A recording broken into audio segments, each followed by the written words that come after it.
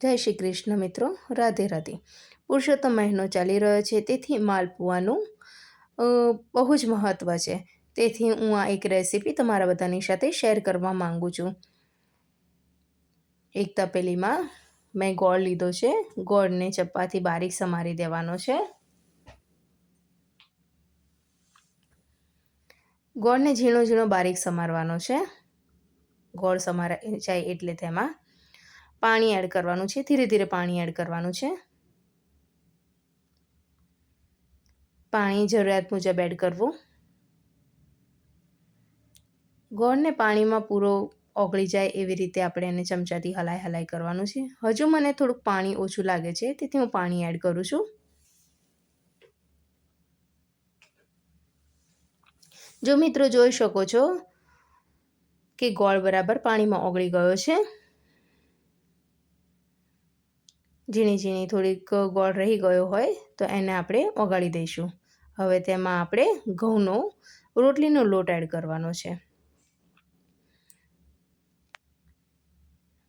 રોટલીનો લોટ add થાય એટલે એને આપણે બરાબર હલાવી દઈશું। જરૂર લાગે એ મુજબ આપણે થોડો બીજો બી લોટ એડ કરીશું। પાણી વધારે લાગે છે, લોટ ઓછો છે, તેથી થોડો લોટ એડ કરી દઈશું। લોટને બરાબર આપણે પાણીમાં મિક્સ કરી દઈશું, જેથી એની ગાંઠો ના રહે અને એકદમ સોફ્ટ થઈ જાય। હવે આ બેટરને આપણે 4 થી 5 કલાકનો રેસ્ટ આપવાનો છે। 4 થી 5 કલાકનો રેસ્ટ આપ્યા બાદ આપણે તમે જોઈ શકો છો એમાં આપણે મરી નાખ્યા છે। મરી એડ કરીને પછી આપણે એમાં થોડા કેસર નાખી દઈશું। કેસર એડ કરીશું। મિત્રો તમે જોઈ શકો છો કે આપણે આ બેટરની કન્સિસ્ટન્સી કેટલી રાખી છે અને કેવી રાખી છે।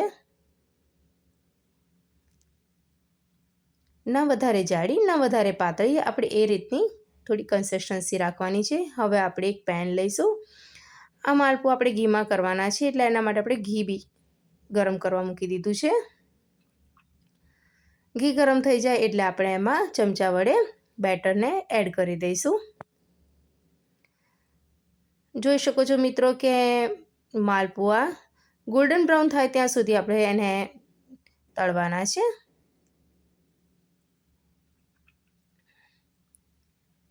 જોઈ શકો છો મિત્રો એક બાજુ ગોલ્ડન બ્રાઉન કલર આવી ગયો છે।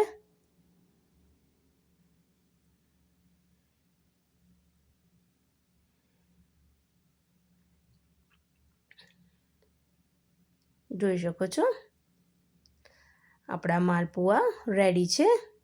જો તમને આ માલપુઆની રેસીપી ગમી હોય તો ચેનલને શેર કરજો, સબસ્ક્રાઈબ કરજો। જય પુરુષોત્તમ ભગવાન કી જય, કૃષ્ણ કનૈયા લાલ કી જય।